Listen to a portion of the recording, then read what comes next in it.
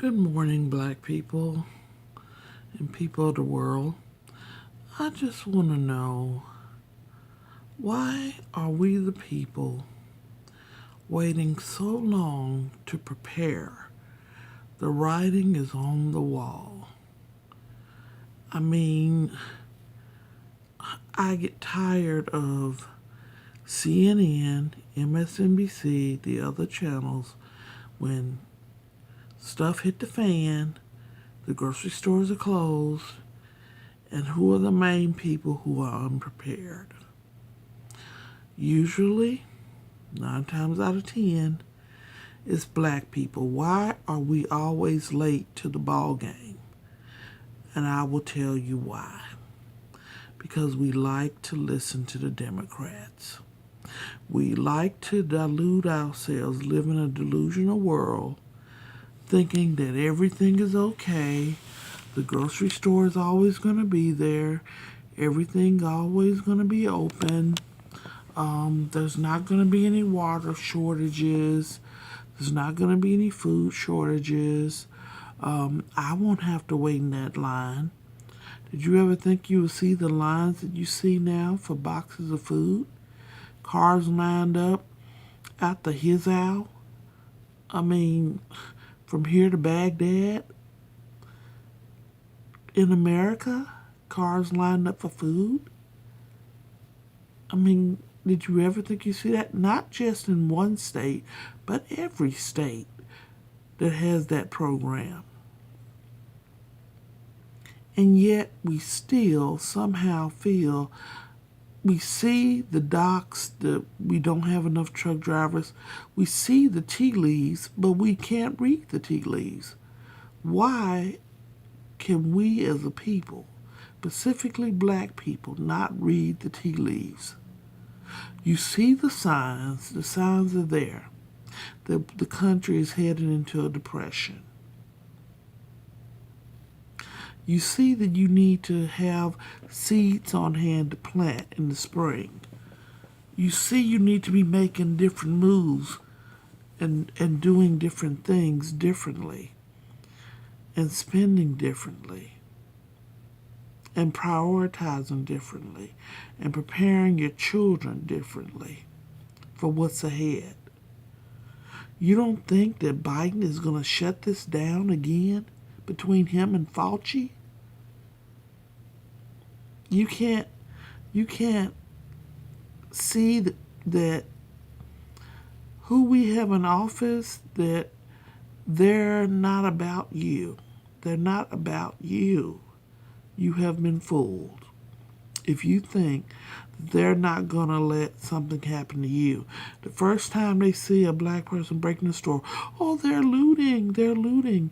And CNN, the channels that you love to show you as looters. Yeah, they love to show you. When they speak of people that are going to be looting when all the stuff hits the fan, they're referring to black people and other unprepared people. Most white people prepare, and you best believe they have church meetings about preparing. Don't let them fool you that they're not having meetings. But it's not their fault that they like to be prepared. Our children don't even know what a tent is. Okay? Just because we don't like the outdoors doesn't mean we don't need to learn how to prepare in case we have to flee. Yes, our ancestors survived through slavery by fleeing into the woods and through swamps. So why now would we not be prepared? Oh yeah, we can talk about how the ancestors, some of us think the ancestors were ignorant. They knew how to survive out in the wild, a skill which we have lost. Unless you live down south and the knowledge was passed down, then you have lost that knowledge. So what do? You need to stop going to all these gossip channels about Kanye, Kim Kardashian, Wendy Williams, and all these other gossip shows. You need to start focusing on channels that are going to help you and your family. This is serious, people. This is very, very serious. This is serious news you can use. Okay? There are black preppers, white preppers, preppers of all colors. Okay? Diverse groups. And you get the knowledge from whoever you can get the knowledge from. If Karen over there has knowledge, then you need to be on Karen's channel. Okay? I don't care what you think about Karen. Karens are prepared. Okay? They are prepared. They are prepared for if the school shuts down. They already are trying to train their children. Okay? I'm not going to get angry. Don't get angry at somebody who looks out for their own children and their own community.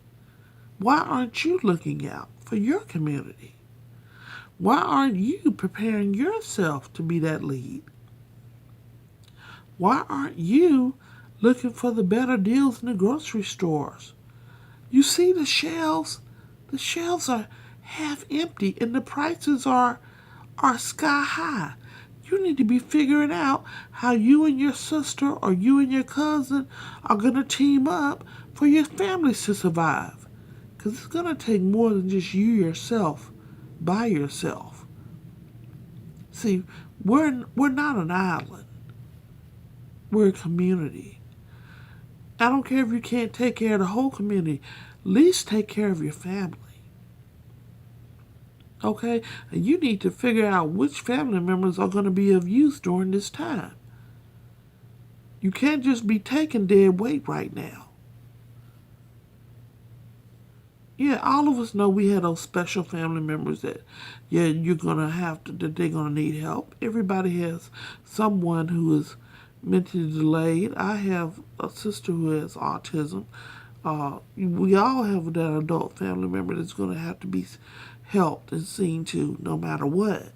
But I'm talking about some of us just have some adult family members that are just because, useless just because. You know who you are, okay?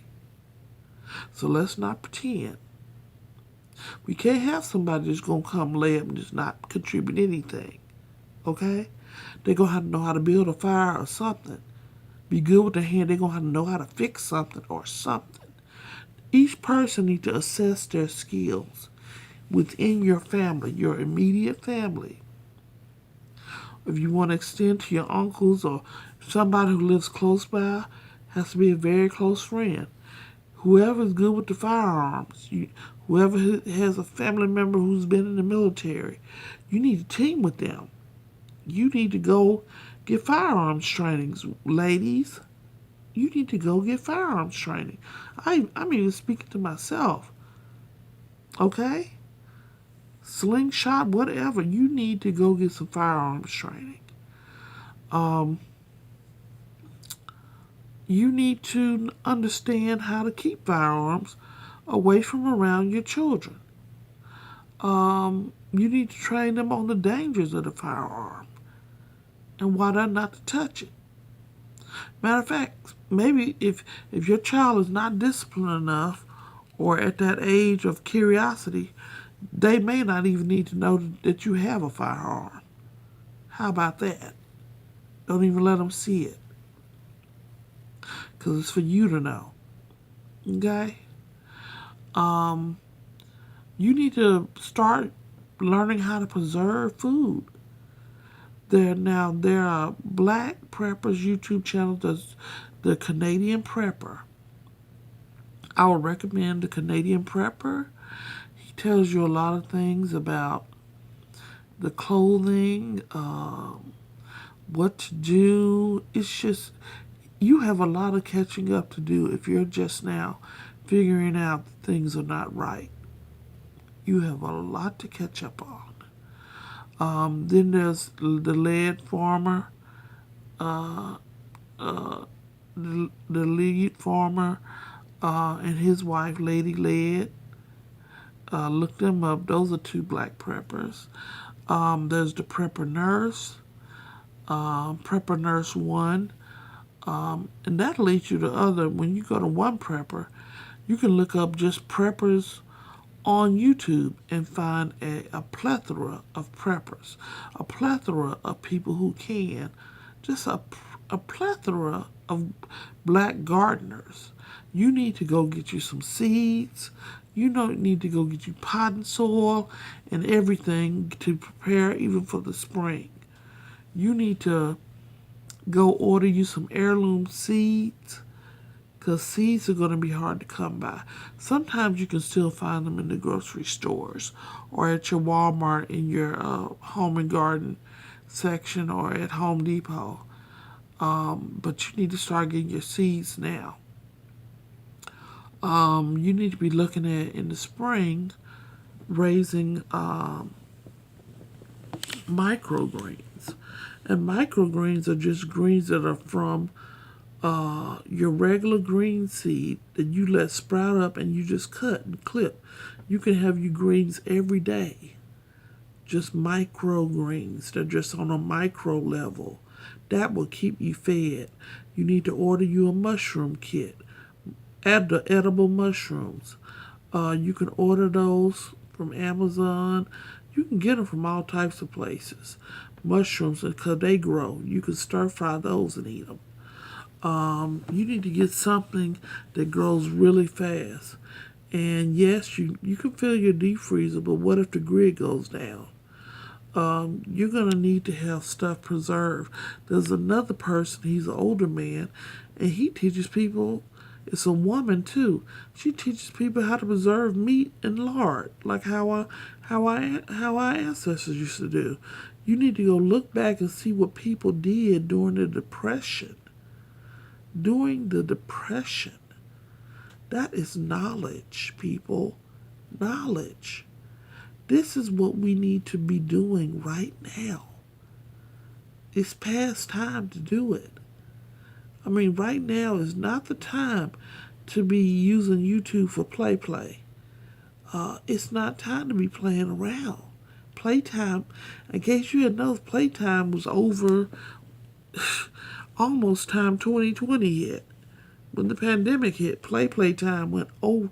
Playtime went over. Haven't you noticed how no one is really interested in all the celebrities now? No one's interested in Kim Kardashian latest stuff. No one's interested in anyone, any of the celebrities. I don't mean to just single Kim Kardashian out, but any of the reality stars right now. You need to be concerned about your family. Turn off Netflix and start watching some prepper videos. You really have a lot of work to catch up on. Because if you have not prepped up for at least a 3-month supply of food, then you are in trouble. You're in trouble. Get your cans together. Get your cans, your water supply, all of those things together. When you see how caught off guard the people of Texas were when the snowstorm hit, then you'll know how far off the path you are. But this is just a warning from me telling you to let's pull it together, people. I will be making other videos because this is just where we need to be in DEFCON 1 motion. Because this stuff can hit the fan any day now. We don't know. And stop believing that everything is all right economically, because it's not. You can read the tea leaves. You've seen the prices in the grocery stores. You've seen the prices of the Pampers, the baby food, the gas. Come on. Stop diluting yourself that everything is okay. It's not okay. When you see all those containers lined up at the port in Oakland, it's not okay. Things are not as they should be. And you even need to prepare with getting your medicine together. Because if things go bad out here and we get locked down, and you don't have all your medicine, you need to be trying to figure this out. You need to start getting you 90-day supplies of medicine. Getting it pre-filled. This is very serious, people. Please don't ignore what I'm saying. Hopefully I'll be back with part 2. Bye.